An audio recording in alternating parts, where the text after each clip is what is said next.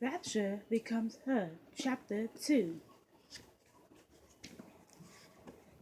The moment his hand closed around that slender wrist, Barnabas had a sensation of wrongness, but that feeling vanished in a flash, and he was left looking at the boy's tense features. A very pretty, a very pretty boy, he thought, frowning. They stared at each other for a long moment, Barnabas' black eyes boring into the boy's gray ones. Neither was given an inch, and reading the cool determination of the boy's gaze, Barnabas decided, considering his dip in the channel, that he might be wise not to find out precisely how handy the boy was with the knife. Slowly letting go of the boy, he muttered, "Forgive me, I fear that I am not at my best at the moment." Her breathing ragged. Emily prudently put several feet between them. Keeping her knife handy, she said levelly, "Indeed, I would agree, especially if that is the way you greet someone who is trying to help you." The boy was insolent, and Barnaby liked his pluck, but staring hard at the boy, he was nagged by the sensation that he was missing something, and that feeling of wrongness swept over him again. Unable to determine its cause, but assuming it was a leftover effort from his order, Barnaby glanced around the room and asked again, "Where am I?" "In the best room at the Crown." He shot the boy an impatient look. "And where's the Crown located?" "In Broad Haven." His gaze narrowed, and Emily added quickly, "It is a small village not far from Atherstone in Essex. We are only a few miles inland from the coast." Barnaby recognized the name and relaxed slightly. The evenings of the night were hazy, but he remembered that he'd been told that Windermere, the jostling country estate, was situated near the village of Broadhaven. His memory wasn't clear, but he rather thought that he'd been on his way to Windermere when he ended up in the channel, and someone named Jed pulled me from the channel. Emily nodded. His speech was not that of an Englishman, but had a soft cadence that she found attractive. She found trying to place it. It wasn't French or Spanish. A bit of gossip she heard recently flitted through her mind, and she gasped, "You're the American." The sound of raised angry voices and a sudden crash below distracted them, prevented Barnaby from answering. The boy's gray eyes widened, and her already fit skin peeled as the boy swung to face the door. The slender body braced. Not liking the boy's reaction or the noise of a violent altercation filtering up through the floorboards, Barnaby struggled to sit up. A sharp burst of pain lanced across the back of his head, and he groaned, falling back against the pillows. Dizzy and afraid, he was about to cast up his accounts. Barnaby fought to gain control over his body. Footsteps pounded up the stairs, and a second later, the door burst open. It was Flora, the middle daughter, her cheeks flushed and her expression grim and frightened at the same time. "He's here!" Flora exclaimed, hurling to the room. She slammed and locked the heavy oak door behind her before turning to look at Emily. "My sisters and Sam can only hold him for a few minutes. You have to leave now." Emily heavily stuck her knife in the boot, started toward the long window on the far side of the room. It was a two-story drop, but it was her only way out. Flora grabbed her arm and cried, "Not that way. Here. Open the wardrobe. There's a hidden door at the back. You'll be able to escape out the secret passageway. Hurry!"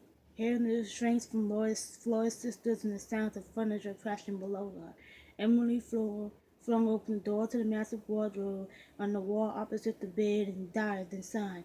Hovering behind us, Emily pawed her way through some quilts and odds and ends hanging beside the ancient oak wardrobe. Flora said, "Reach up to the top of the bed. There's a small lever. Pull it, and the door opens from away from you. Be careful you don't fall down the stairs." With shaking fingers, Emily found the lever and, despite Flora's warning, nearly tumbled down the narrow stairs that appeared at her feet when a concealed door at the back of the wardrobe suddenly gave way. Both women stiffened as the sound of a desperate struggle came nearer. From the curses and noise, it was clear the fight had moved to the bottom of the stairs. They had only seconds. Flora hastily shoved Emily down the hidden staircase. Go, go, Flora hissed. He must not find you here. As Emily disappeared, Flora shut the concealed door and dragged the quilts back into place. With a practiced move that told Barnaby she had done this more than once, Flora fastened the outer door to the wardrobe. Flora's sisters, with young Sam's valiant assistant, had done their best, but they were no match for a full-grown, furious male, and Flora had hardly turned around when there was a thunderous banging on the door to the room. Emily, shouted a man's angry voice. I know you're in there. Open up, I say. Flora glanced at Barnaby. She placed her finger to her lips, and at his nod she took a deep breath, straightened her muslin cap, walked calmly over to the door. Confronted by utter blackness, Emily wasn't certain how she made it down the unfamiliar steps. Leaning against the rough wooden walls on either side of her, she half stumbled, half fell down the narrow, twisting staircase. Reaching the bottom, she stood indecisive for a while, not certain of her next move. As she fumbled around in the complete darkness, the best she could tell was that she was in a very small space, hemmed by three walls with the stairs at her back. Remembering how the door had worked in the wardrobe, she reached up and ran her hand along the top of the wall in front of her, her heart leaping when her fingers found the lever. She was able to pull and finally hit herself in the face when the door swung open. The full force of the storm buffeted her the instant she stepped outside. Rain slashed down on her, and the wind screamed around her as she pulled the door shut. There was a click, and the door locked behind her, leaving her alone in the dark. It took her a moment to find her position, but the faint light from the candles burning in the main room of the inn told her that she was at the side of the inn with the stables behind her. Fighting against the wind and the rain, she ran to the stables and a moment later was on one of the crown's horses on her way home. It was difficult going, the storm having turned the road to muddy slush, the darkness, wind, and rain adding to the difficulty. But eventually, Emily turned the leather horse down the long, curving drive that led to her home, the breeches. Jumping from the horse, she tied the reins to the saddle and with a slap on the animal's haunch, sent it lumbering back in the direction of the crown. Her cousin had replaced many of their old, trusted servants with men who were loyal to him, and upon meeting the new stablesman, Kelsey, that he had installed several months ago, Emily immediately took precautions to keep her activities secret. She stopped using her own horses and made arrangements with Mrs. Gilbert for Sam to bring her a mount on the nights they had a run. When their work was done, Sam would accompany her this far and take the horse back, but tonight that hadn't been possible. She closed her mind to what might be happening at the Crown, and concentrated on accomplishing the reason Flora and the others were risking themselves for her. When her cousin returned to the breeches, she had to be home and safely in her bed, her lips twisted. She also needed an innocent excuse to explain why he did not find her there, when he had obviously come looking for her tonight. Her stride lengthened and she broke into a run. Outlives to the rain and wind shrieking through bare limbs of the birch trees that lined a half-mile driveway. The squire must never learn what they had all been up to, because Emily didn't doubt for a moment. Far from being outraged, he would immediately take over the operation and reward himself with the lion's share of the profits. The villagers, Mrs. Gilbert, her daughters, the blacksmith, Jeb, and the others, all those who desperately depended on the money they made from smuggling, would suffer. The torches at either side of the heavy double front doors of the big house gleamed in the darkness, and Emily veered around to the back. If she'd gone to the front door, Walker, most likely pacing anxiously, would have whisked her away in an instant, but she didn't want to involve him any more than he was already. As for Flora and the others, guilt smote her.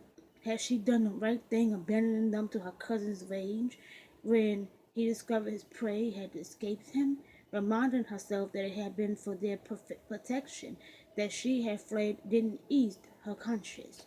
Wearily she admitted that too many people were dependent upon her to bring them to a safe harbor for her to have remained. But oh, how she would have enjoyed confronting Geoffrey and telling him precisely what she thought of him and his friend, Mr. Answorth. Thoroughly soaked, her teeth chattering, her breath coming in great gulps, Emily finally reached the trellis fastened to the wall of the rear of the house, avoiding the thorns of the climbing rose that would be covered in fragrant pink blooms in a few months. She dragged herself up the trellis to the window from which she had exited hours ago. Pulling open the unlocked window, she slowly, gratefully climbed inside. As a woman from the fire burning on the hearth hit her, she spared another thought for her companions. She had to leave behind at the Crown, hoping her wretched cousin had not done them any harm.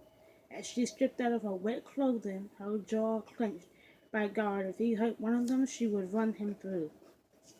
Squire Townsend had not inflicted any damage upon the Gilbert daughters and young Sam, but the opposite was true for the determined defenders at the Crown. Faith had broken a pitcher of ale over Townsend's head, cutting him above his right eye, and Molly, next to her in age, had been able to use the broom with great effort. The squire was going to walk with a limp for a few days from the fall.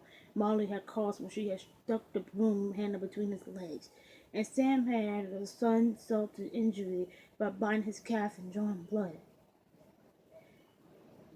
Harriet and Mary had pelted him with several heavy pewter tankards, and by the time Townsend had staggered through their gauntlet, started up the stairs in addition to his other wounds. He was sporting the beginnings of an impressive bruise on the one cheek, and his chin was bleeding. It was a thoroughly enraged and disheveled gentleman that charged into the room only seconds after Emily had disappeared into the wardrobe. His once immaculate closet was askew. His dark blue coat and formerly pristine cream-colored waistcoat was splattered with air and blood, and his chestnut curls were in disarray. Limping into the room once Flora had unlocked the door, Townsend looked around wide-eyed and seeing only Flora standing there, and a strange-skinned stranger and dark-skinned stranger in the bed, he demanded, "Where is she? I know she is here. Emily, show yourself at once." Faith and Molly were right behind Townsend and hands on her hips. Faith said, "How dare you force your way into the room of a gentleman who had just escaped death? Wait until the constable hears of this." Townsend turned on his tormentors and snapped, "I think it is you, Faith, who should fear the constable." His voice raised in outrage. He said, "You and Molly and the others attacked me. I shall bring charges against the whole parcel of you, and we'll see how you like that." "I'm sure that there is some misunderstanding," Flora said calmly. "And if my sisters attacked you, a great exaggeration, I'm sure. There was probably a good reason for it." Townsend's face purple. "You doubt my word. May I remind you, Flora, that I am the squire, and you will be wise to show me proper respect." Barnaby, who had watched the scene with great appreciation, felt it was time to make his entrance and said idly, "Perhaps if you acted more like a squire instead of a brawling bully, you might garner some proper respect." Townsend's fulminating gaze swung to this new foe. Who the hell am whom? Would an American's innate scorn of titles and trappings of aristocracy? Barnaby's title had impressed him much, but he perceived in this situation a title might actually be helpfully useful. Ignoring the dizziness movement caused, he sat up in the bed, said coolly, "I'm Jocelyn, the 8th Viscount Jocelyn. You are?" Townsend guessed and took a backward step. "Never say so."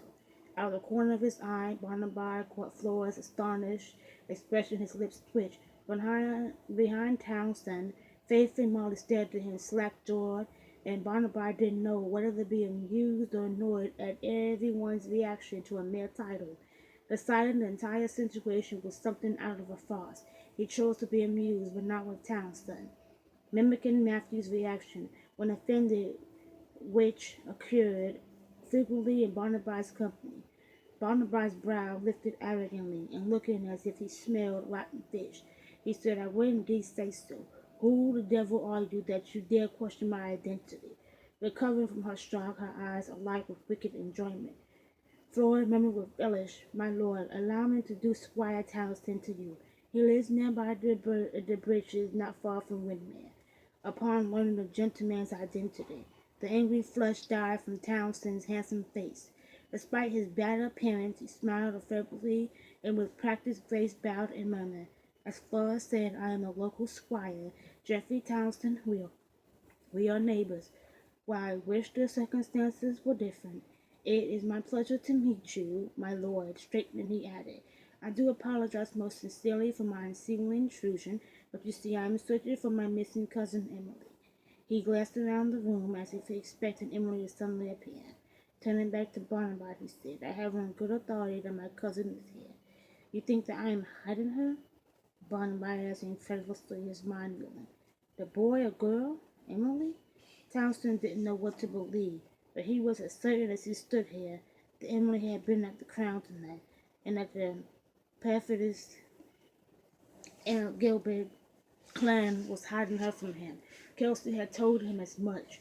There had been no sign to tear Emily downstairs, and well aware of the pride Mrs. Gilbert took in her best room of respect and affection she held for Emily. This room had seemed the likeliest place Mrs. Gilbert would have put Emily. The fierce battle waged by the Gilbert Vexens in that hellback. Sam only confirmed his certainty that Emily was cowering in this very room. When he entered the room, Geoffrey had been positive he'd find his query for once, have his bloody, insolent cousin at a grave disadvantage.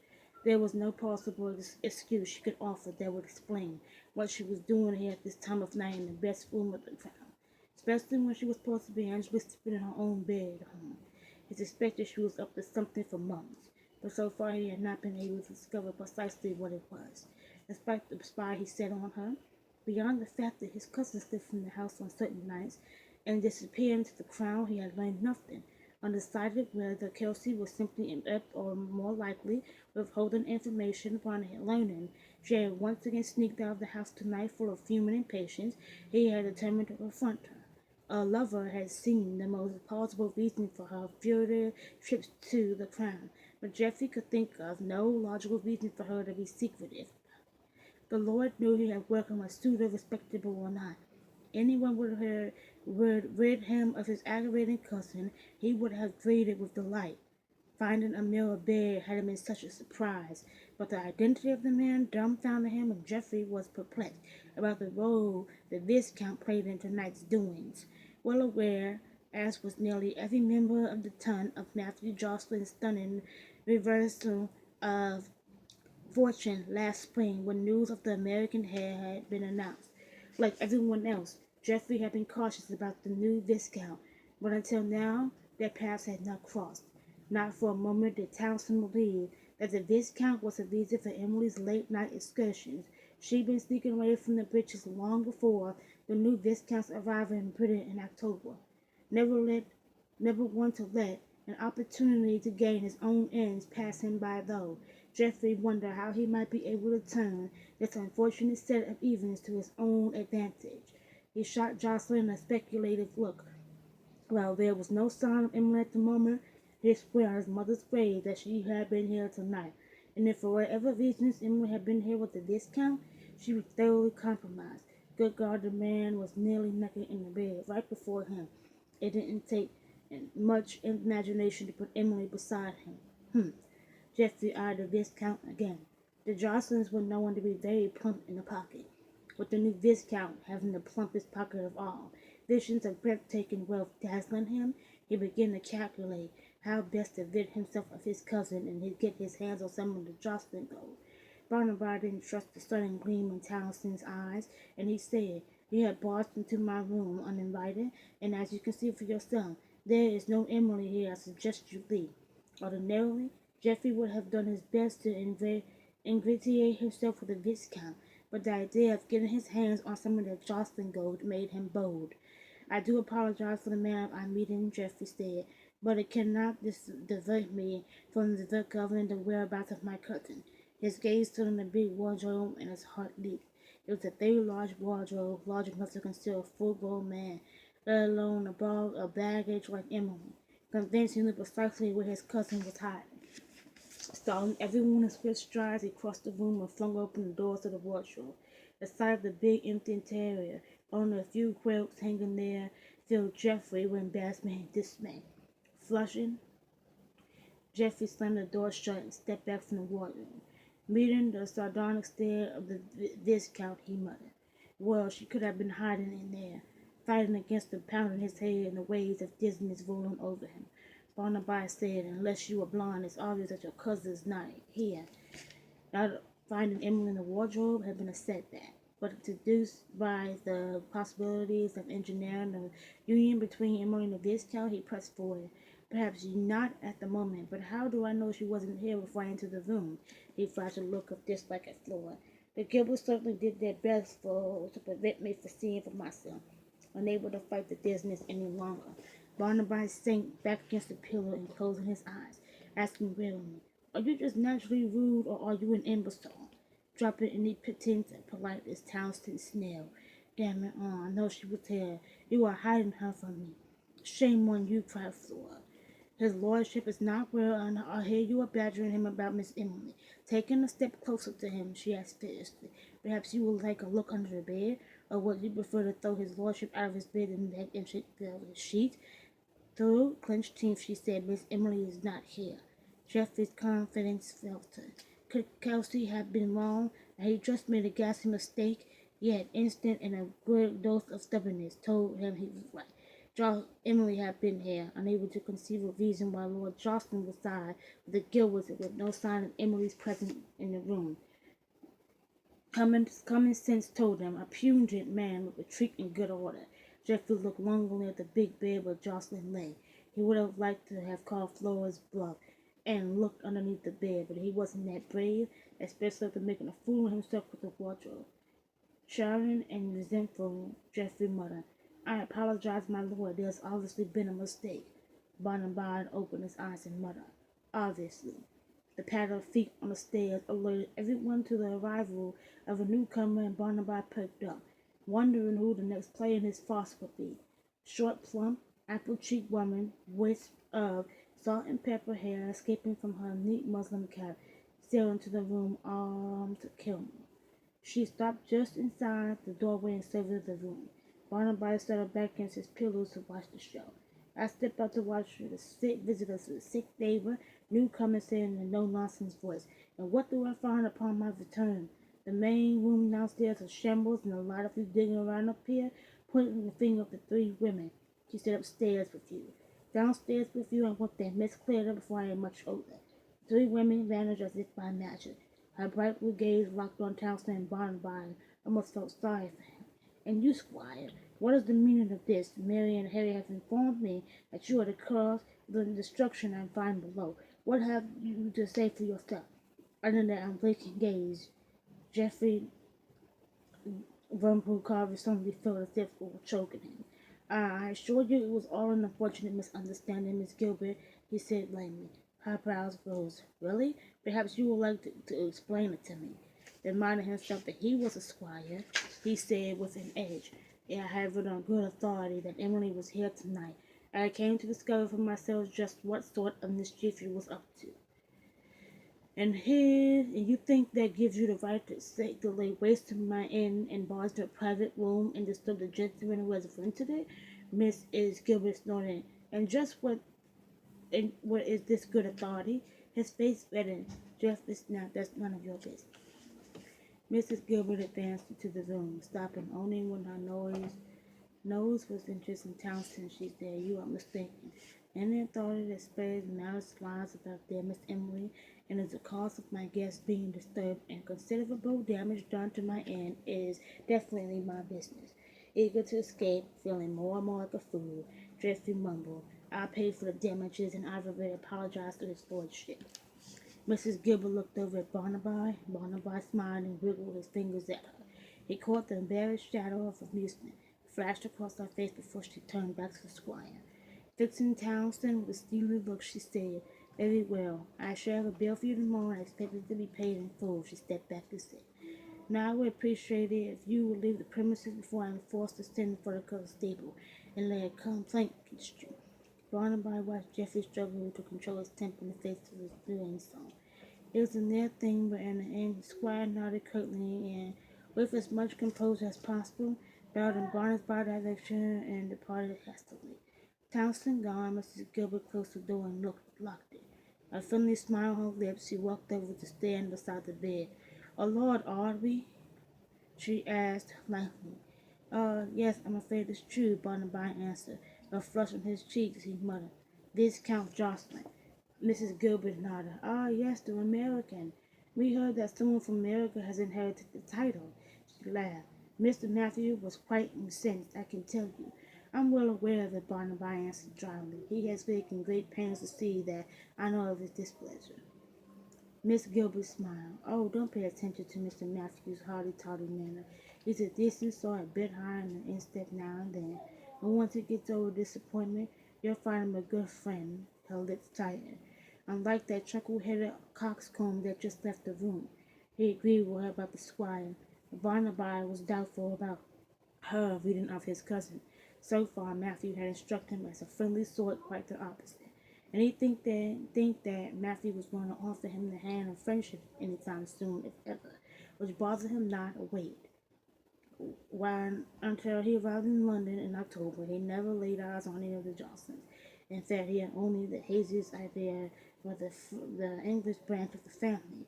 For all he cared, a lot of them could go hang. They certainly done unto and did themselves to him. He grimaced. There was fault on his side too. He let them get his back up and couldn't deny that he'd gone out of his way to irritate them. Seeing his grimace, Mrs. Gilbert asked, Are you in pain? Is there something I can do for you? Barnabas shook his head, wincing when the room spun. No, he said, I'm fine. It's a spot of dizziness. He sent her a charming smile. You and your family have already done a great deal, and I'm grateful for it. I owe my life to you. A gust of shrinking wind slammed against the stout walls of the inn, and the rain beat hard against the windows, reminding both from the storm that still snared its fury outside. Speculation in her eyes, she asked, How is it that you were at sea in this weather? Jed said.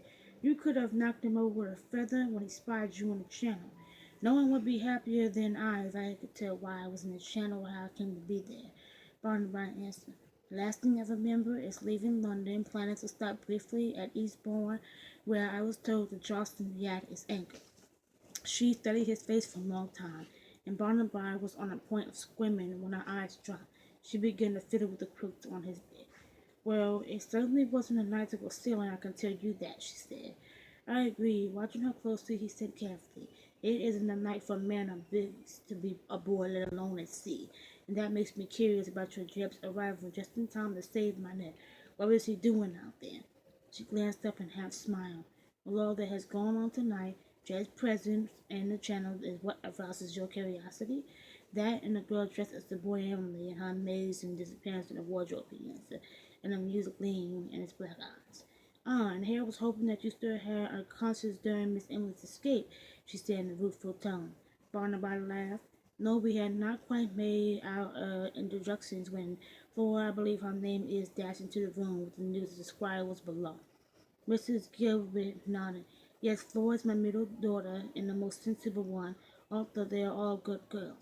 With pride with quiet pride, she added, I have 5 daughters, Faith the eldest, and Molly next to Faith in age, are the other 2, along with Flora. They were up here when I arrived. Harriet and Mary, my 2 youngest, met me when I returned and warned me what was afoot. A timid tap on the door caused Mrs. Gilbert to look in that direction. Yes, she asked. It is me, Ma, answered Flora through the door. I have some hot broth for his lordship. Mrs. Gilbert chuckled and said to Barnaby, I think it is curiosity rather than mere kindness that is behind Flora's arrival. Crossing the room, she unlocked the door and opened it. Flora slipped into the room carrying a large pewter tray covered with several items. Locking the door behind her daughter, Mrs. Gilbert said, Set it on a small table by his lordship's bed. Flora did more than that. After placing the tray on the table, she piled even more pillows behind Barnaby's back, offered him a mug of the broth. Smiling encouragingly, she said, This will make you feel better. And to his surprise it did. It was more than just broth. Minced bits of chicken and cabbage and onions floated in the salty hot liquid, and Barnaby sipped it appreciatively. He was, he discovered, hungry and finished a mug of soup in a few long swallows, along with a thick slice of bread.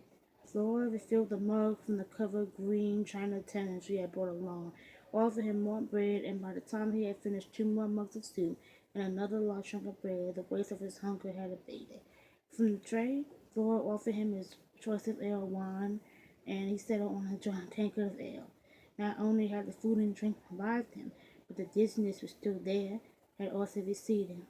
Smiling at the two women, he said, "Thank you. For the first time since I found myself in the channel tonight, I feel as if I may actually live." Which brings us back to what you were doing out in there in the first place, Mrs. Gilbert, her eyes fixed on his face. "No," said Barnaby gently, not willing to be sidetracked. "It brings us back to Emily and what she was doing there dressed as a boy, and what Jeb was doing out in the channel tonight."